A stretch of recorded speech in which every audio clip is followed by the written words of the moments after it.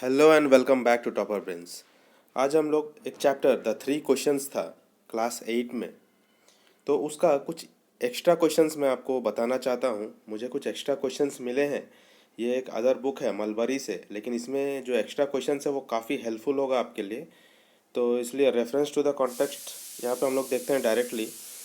और the three questions, ये जो चैप्टर ये मैंने पहले ही करवा दिया है, और आप लोग भी उस वीडियो को देखिए जा करके, ताकि वो आपको समझ में आए। और कुछ एक्स्ट्रा क्वेश्चंस यहाँ से आप कलेक्ट कर सकते हैं। और बुक का जो क्वेश्चन है न्यू इमेजेस का, वो भी मैंने करवा दिया है। ये एक्स्ट्रा क्वेश्चंस देखेंगे तो आपका जो स्टोरी है वो काफ़ी क्लियर हो जाएगा, और कुछ और आइडियाज़ भी आपको अच्छे आ जाएंगे। क्वेश्चन नंबर 2 जो है इसका, ये हम लोग स्टार्ट करते हैं यहाँ से। Equally various were the answers to second question.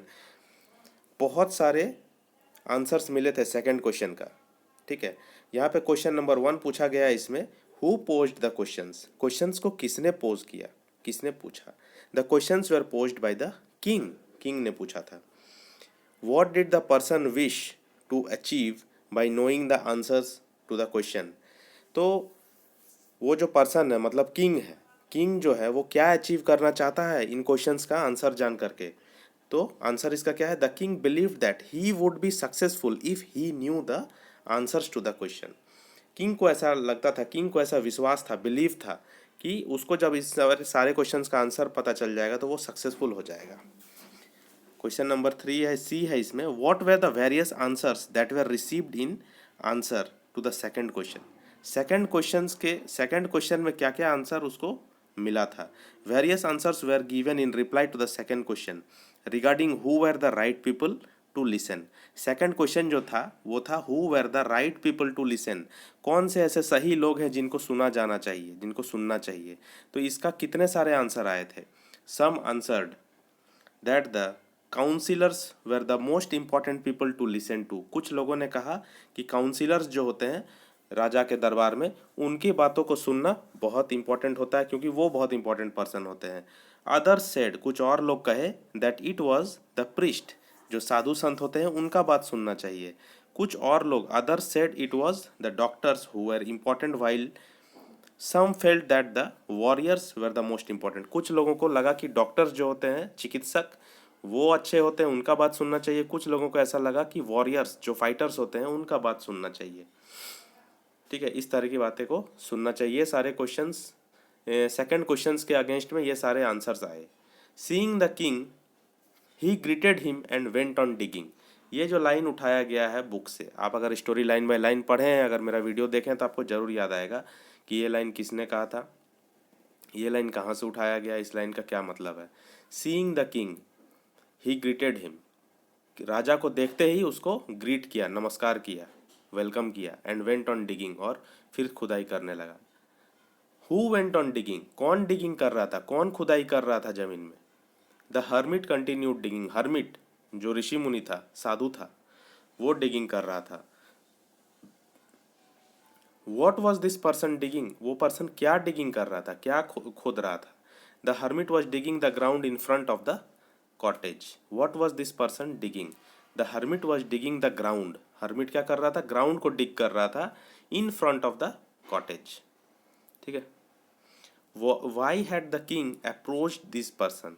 राजा जो थे, किंग जो थे, वो इस पर्सन को मतलब हर्मिट को क्यों अप्रोच किए, क्यों हर्मिट के पास गए। अप्रोच करना मतलब उसके तरफ जाना। The king had approach the hermit to find the answers to three questions. राजा जो थे वो हर्मिट के पास इसीलिए गए थे ताकि उनको तीनों क्वेश्चन का आंसर मिल पाए। The king was happy to have made peace with his enemy. राजा जो थे वो काफ़ी खुश थे। King was happy to have made peace, अपने शत्रु के साथ, अपने दुश्मन के साथ शांति को स्थापित किया, शांति को रख, शांति बनाया। Made peace with his enemy, ये लाइन जो है बुक से उठाया गया, इसके ऊपर क्वेश्चन है। Where did the king and his enemy meet. आपको याद होगा किंग अपने शत्रु से, अपने दुश्मन से कहाँ पे कब मिला था।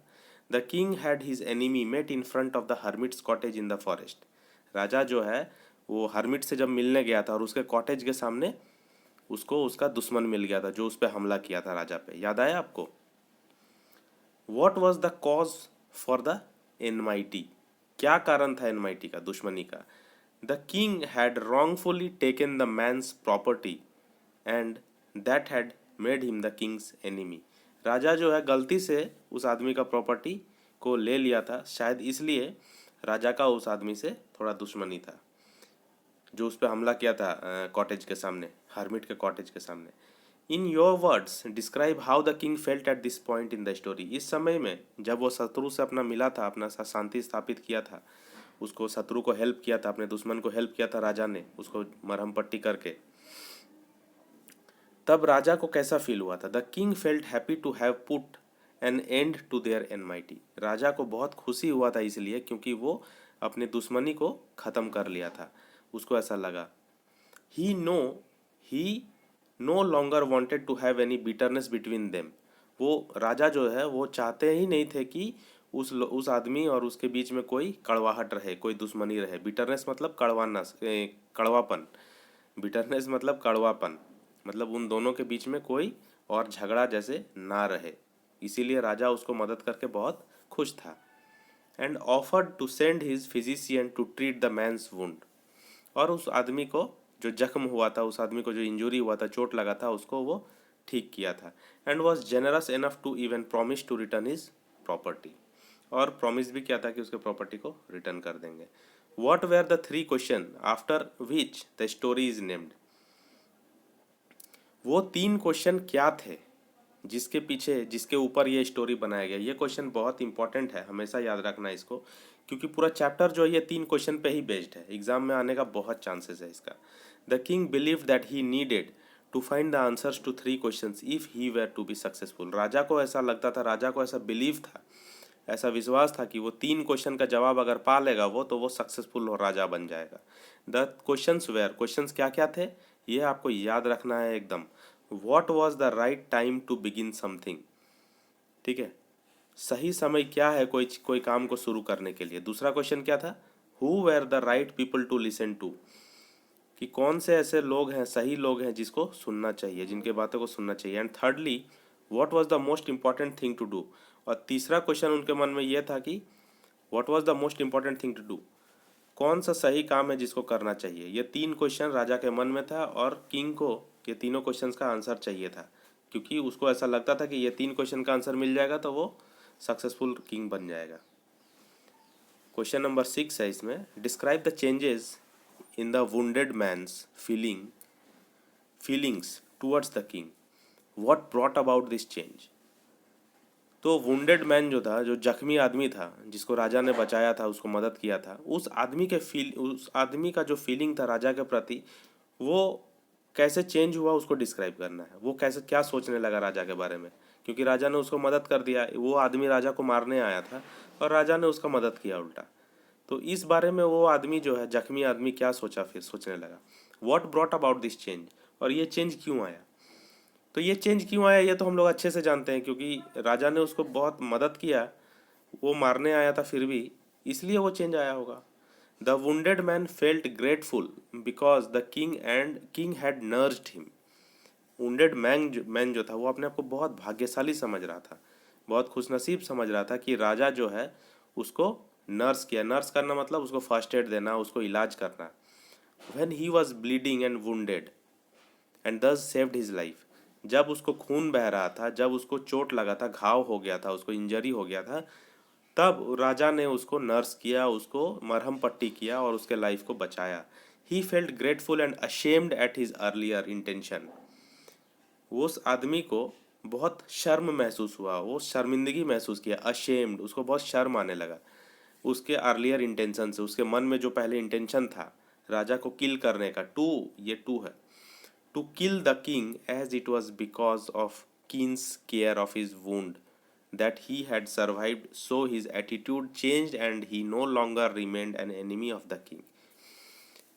तो वो आदमी काफ़ी खुशनसीब मान रहा था खुद को, और लेकिन साथ ही साथ वो बहुत शर्मिंदा भी फील कर रहा था, बहुत शर्म आ रहा था उसको, क्योंकि वो राजा को मारने के लिए आया था और वही राजा उसका जान बचाया। इसीलिए वो, मतलब वो जो है अंदर से बहुत, मतलब शर्मिंदगी फील कर रहा था, और वो उस राजा का कभी और दुश्मन नहीं रहा, दोस्त बन गया, मतलब दुश्मनी ख़त्म कर लिया।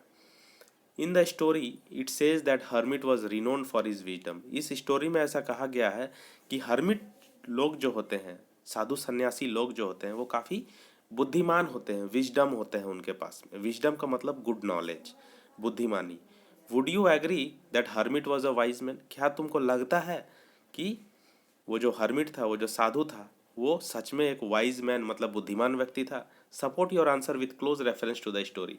स्टोरी से रेफरेंस में, स्टोरी के रेफरेंस में आंसर बताओ।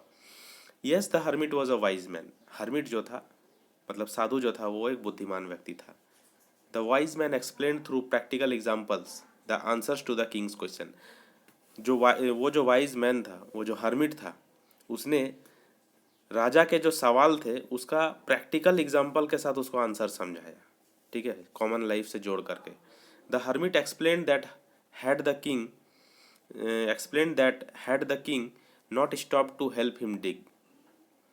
उसने उसको एक्सप्लेन किया, हर्मिट ने राजा को, कि अगर राजा ने उसको खुदाई करने से नहीं रोका होता, he most surely would have been attacked on his return by the assassin. तो प्रोबेबली उस राजा को अटैक कर दिया था और उसमें वो मारा गया होता। So the right time was when he was digging the beds.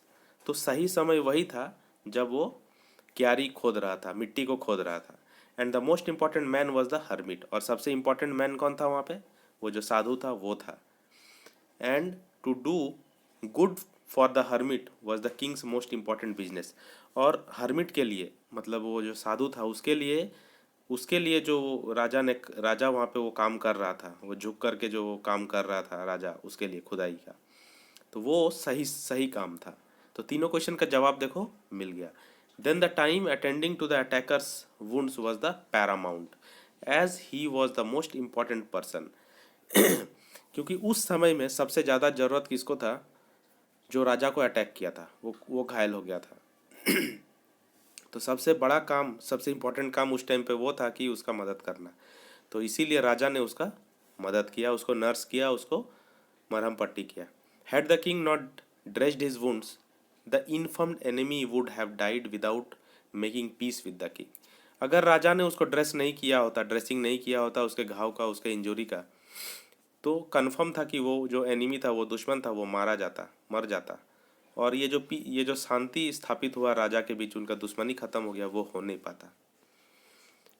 The wise hermit rightfully explained to the king that the most important person is always the person you are with। तो hermit ने राजा को यह समझाया कि हमेशा जो person तुम्हारे साथ होता है वही इंपॉर्टेंट होता है। Who is right before you, जो तुम्हारे सामने है। For who knows if you will have dealings with any other person in future, जिसके लिए तुम फ्यूचर में कुछ कर सकते हो, करोगे। The most important pursuit is making the person standing at your side happy, for that alone is pursuing of life. तो उस आदमी को खुशी देना, उस आदमी को हेल्प करना ही सबसे बड़ा काम होता है। So he gave wise answers to the king's questions and hence proved his wisdom.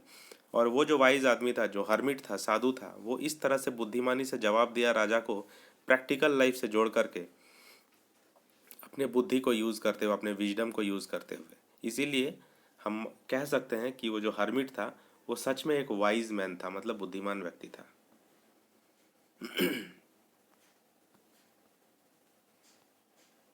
Next है स्टोरीज आर नैरेटेड।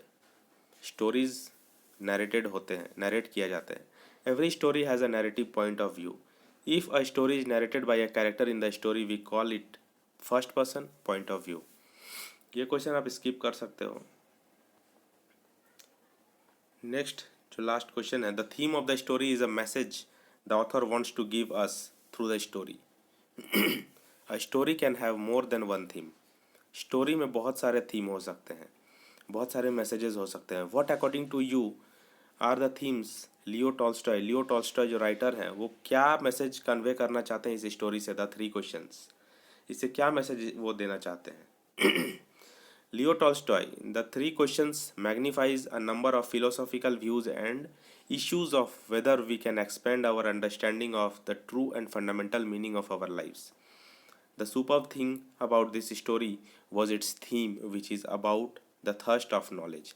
इसका इसका जो सबसे मेन पॉइंट है इस स्टोरी का, सुपर्ब थिंग जो है इस स्टोरी का, जो इसका थीम कहा जा सकता है, वो है थर्स्ट ऑफ नॉलेज, मतलब नॉलेज का प्यास।